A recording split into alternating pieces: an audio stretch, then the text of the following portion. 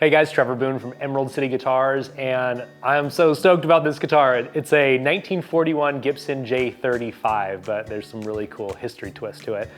I grew up, with my old man having one on the couch. One of the only vintage guitars he kept for himself was a 48 Southern Jumbo.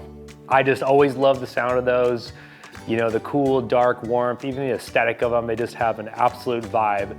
In the early, mid-40s, all the men had gone to war, so the gals were taking over the Gibson factory.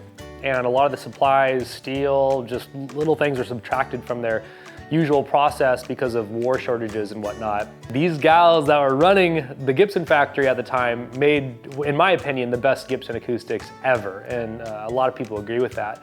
So if you ever hear the term Kalamazoo Gals, that's what it refers to. There's a great book that goes totally in depth and tons of detail on that awesome era by John Thomas. I encourage you to read it. It's an amazing book. So the cool thing about this J35 is I'd come back from the trip and one of my guys, Nick, was like, hey, this gal, Della, had dropped off a guitar for you to give her a call. I opened the case and it's just shocking. It is so cool. I mean, the natural top, tiger stripe guard, it just looked amazing. There's no cracks, anything. Strummed it, just incredible. Huge tone. I noticed that the saddle was original, had the original lacquer on it. I mean, untouched. So I called the gal who had brought it in up and I'm going, what's the story with this? It looks amazing. Give me some history.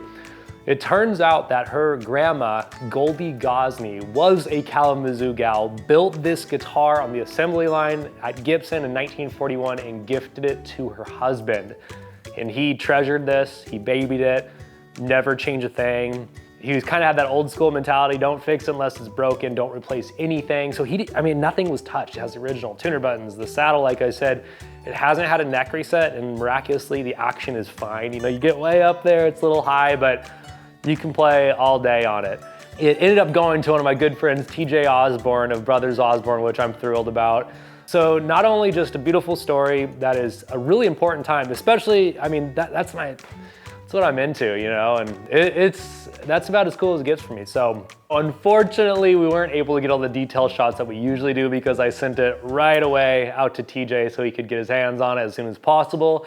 So I apologize for that, but you will be able to hear it still. So let's hand it over to Aaron Hiebert, 1941 Gibson J35.